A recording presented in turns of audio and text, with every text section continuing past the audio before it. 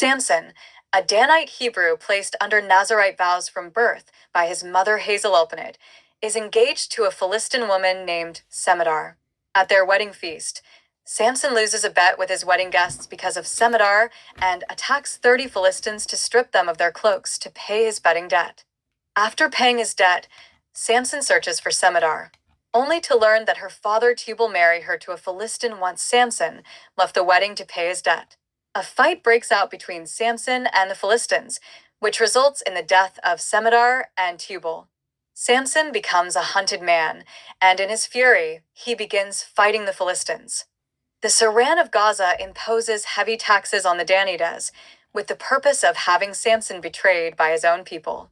The Saran's plan works, and frustrated Danites hand over Samson to the Philistines, much to the joy of Delilah, Semidar's younger sister.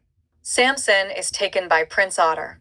He was, in other words, the military governor of the land of Dan and a regiment of Philistine troops.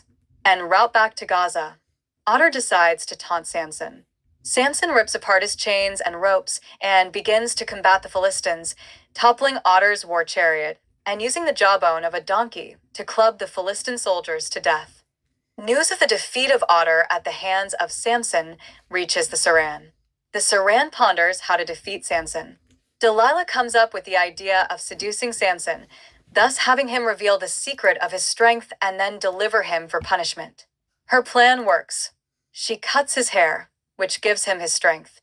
To fully neutralize him, Samson is blinded by his captors and put to slave work, and is eventually brought to the temple of Dagon for the entertainment of the Philistines and the Saran.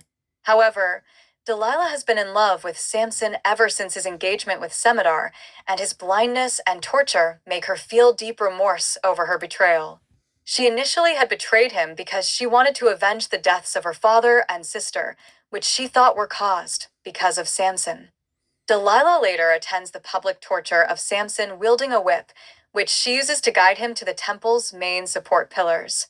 Once he stands between them, he tells Delilah to flee, but she remains unseen by him as he pushes the pillars apart.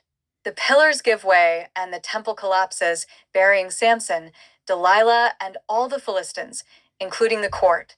In the end, the temple lies in rubble, and Saul and Miriam, his two closest Danite Hebrew friends, are left to mourn Samson's death.